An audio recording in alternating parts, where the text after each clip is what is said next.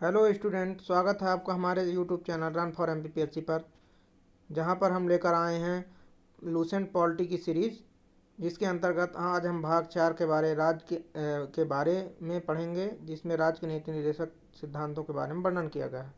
संविधान के भाग 4 के बारे में आज पढ़ेंगे, तो चलिए देखते हैं राज्य के नीति निर्देशक सिद्धांतों के बारे में। तो इसमें पहला पॉइंट है कि राज्य के नीति निर्देशक सिद्धांत का वर्णन संविधान के भाग 4 में, मतलब हम भाग 4 ही पढ़ रहे हैं, वर्णन अनुच्छेद 36 से 51 तक किया गया है। मतलब भाग 4 में राज्य के नीति निर्देशक सिद्धांतों का वर्णन किया गया है, और जिसका वर्णन है अनुच्छेद 36 से अनुच्छेद 51 तक। इसकी प्रेरणा आयरलैंड के संविधान से मिली है। इसे न्यायालय द्वारा लागू नहीं किया जा सकता, यानी इसे वैधानिक शक्ति प्राप्त नहीं है, किंतु फिर भी इस भाग में अधिकथित तत्व देश के शासन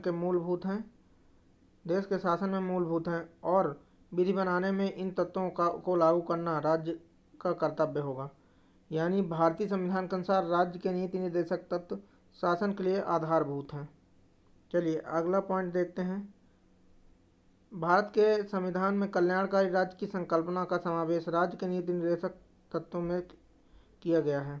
कल्याणकारी राज्य का उद्देश्य सामाजिक और आर्थिक प्रजातंत्र की स्थापना करना होता है, यानी सामाजिक और आर्थिक प्रजातंत्र की स्थापना के उद्देश्य से ही संविधान में नीति निर्देशक तत्वों को शामिल किया गया है।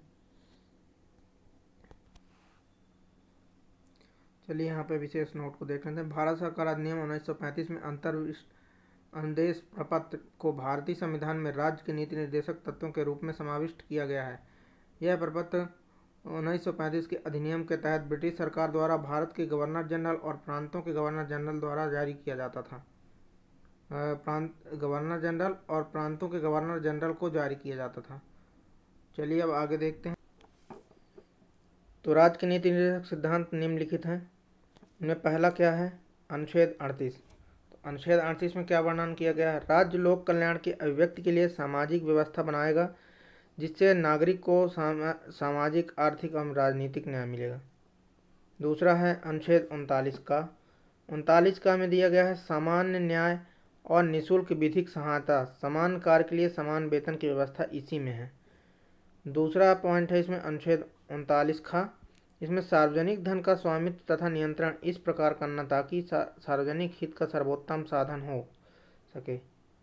अगला है अनुच्छेद 39 तो 39 में क्या है? धन का समान वितरण।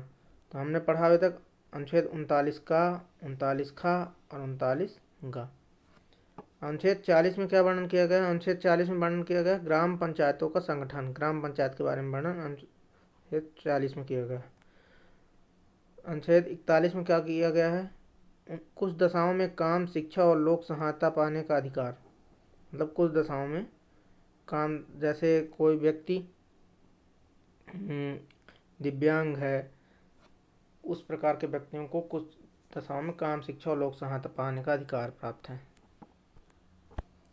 आगे देख लेते हैं। 15 अगस्त 1995 से प्रभाव में आया राष्ट्रीय सामाजिक कार्यक्रम भारतीय संविधान के अनुच्छेद 41 के प्रावधानों की पूर्ति करता है। इसका उद्देश्य गरीबों को सामाजिक सहायता उपलब्ध कराना। वर्तमान में इसमें 5 योजनाएं शामिल हैं। चलिए देखते हैं ये 5 योजनाएं कौन कौन सी हैं, इसके बारे में देखते हैं। तो पहली योजना इसमें है इंदिरा गांधी राष्ट्रीय वृद्धा पेंशन योजना। दूसरी योजना है इंदिरा गांधी राष्ट्रीय विधवा पेंशन योजना। तीसरी योजना है इंदिरा गांधी राष्ट्रीय विकलांगता पेंशन योजना। चौथी योजना है राष्ट्रीय परिवार लाभ योजना। पांचवी योजना है अन्नपूर्णा योजना।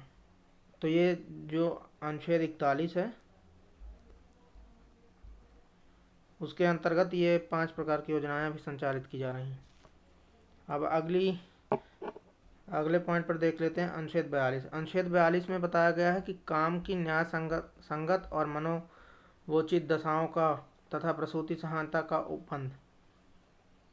इसमें अनुच्छेद 43 में बताया गया कर्मकारों के लिए निर्वाचन, मजदूरी एवं कुटीर उद्योग का प्रोत्साहन। अनुच्छेद 44 में बताया गया नागरिकों के लिए एक समान सिविल संहिता। अनुच्छेद 46 में बताया गया है कि अनुसूचित जातियों, अनुसूचित जनजातियों और अन्य दुर्बल वर्गों के शिक्षा एवं अर्थ संबंधी हितों में अभिवृद्धि। अगला है अनुच्छेद 47। अनुच्छेद 47 के अंतर्गत बताया गया है पोषाहार स्तर जीवन स्तर को ऊंचा करने तथा लोक स्वास्थ्य का सुधार करने का राज्य का कर्तव्य है। अगला इसमें अनुच्छेद 48 है। अनुच्छेद 48 में वर्णित है कृषि एवं पशुपालन संगठन। अगला इसमें अनुच्छेद 48 का पर्यावरण का संरक्षण और संवर्धन और वन एवं वन्य जीवों की रक्षा। अगला इसमें है अनुच्छेद 49 जिसमें वर्णन किया गया राष्ट्रीय महत्व के स्मारकों स्थानों व वस्तुओं का संरक्षण। अगला है इसमें अनुच्छेद 50 जिसमें वर्णन है कार्यपालिका एवं न्यायपालिका का पृथक्करण। अगला है इसमें अनुच्छेद 51। अनुच्छेद 51 में वर्णन किया गया है अंतर्राष्ट्रीय शांति एवं सुरक्षा में वृद्धि। उपर्युक्त अनुच्छेद के अतिरिक्त कुछ ऐसे अनुच्छेद भी हैं जो राज्य के लिए नीति निर्देशक सिद्धांत के रूप में कार्य करते हैं, जैसे अनुच्छेद 350 का प्राथमिक स्तर पर मातृभाषा की शिक्षा देना और अनुच्छेद 351 हिंदी को प्रोत्साहन देना। इसमें नोट क्या है, राज्य का नीति निर्देशक तत्व एक ऐसा चेक है जो बैंक की सुविधानुसार अदा की जाएगी। यह कथन केटी शाह का है। राज्य का नीति निर्देशक तत्व ऐसा चेक है जो बैंक की सुविधानुसार अदा की जाएगी, मतलब ये नीति निर्देशक तत्व सरकार की सुविधा अनुसार लागू किए जाएंगे। यह कथन केटी शाह का था। चलिए अब देख लेते हैं यहाँ पे मौलिक अधिकार और नीति निर्देशक सिद्धांत में अंतर। तो नीति निर्देशक सिद्धांत और मौलिक अधिकार।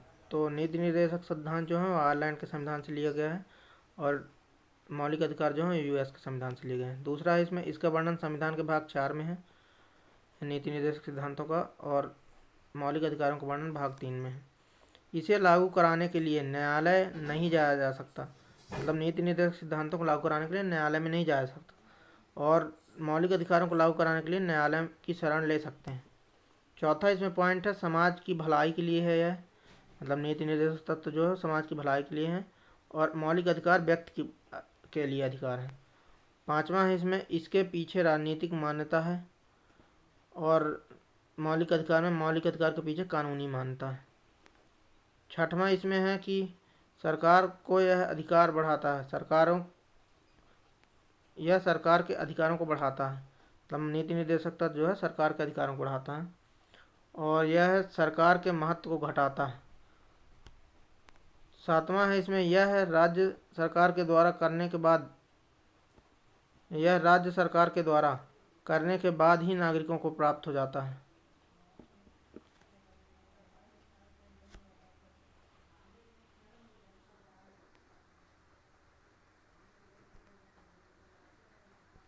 तो हम पढ़ रहे थे 7वां पॉइंट, यह राज्य सरकार के द्वारा लागू करने के बाद ही नागरिकों को प्राप्त होता है, और जो मौलिक अधिकार हैं नागरिकों को स्वतः ही प्राप्त हो जाते हैं।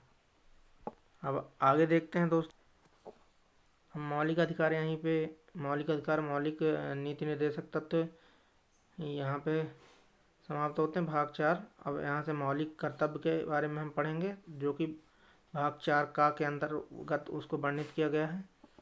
तो इसका पहला पॉइंट पढ़ते हैं, मौलिक कर्तव्य। सरदार स्वर्ण सिंह समिति की अनुशंसा पर संविधान के 42वें संविधान 1976 के द्वारा मौलिक कर्तव्य को संविधान में जोड़ा गया। इसे रूस के संविधान से लिया गया। तो मौलिक कर्तव्य किसके संविधान से लिया गया है? रूस के संविधान से। इसे भाग 4 का में अनुच्छेद 51 का के तहत रखा गया। तो इसमें कौन कौन से पॉइंट हैं? तो मौलिक कर्तव्य की संख्या 11 है, मतलब मौलिक कर्तव्य 11 हैं जो इस प्रकार से हैं। तो पहला मौलिक कर्तव्य कौन सा है भारत के संविधान में? तो इसमें पहला है प्रत्येक नागरिक का यह कर्तव्य होगा कि वह संविधान का पालन करे, वह उसके आदर्शों, संस्थाओं, राष्ट्रध्वज और राष्ट्रगान का आदर करे। फिर अगला है इसमें स्वतंत्रता के लिए हमारे राष्ट्रीय आंदोलन को प्रेरित करने वाले उच्च आदर्शों को हृदय में संजोए रखे और उनका पालन करे। तीसरा मौलिक कर्तव्य है भारत की प्रभुता, एकता और अखंडता की रक्षा करे और उसे अक्षुण्ण बनाए रखे। चौथा इसमें जो हमारा मौलिक कर्तव्य है वह देश की रक्षा करे।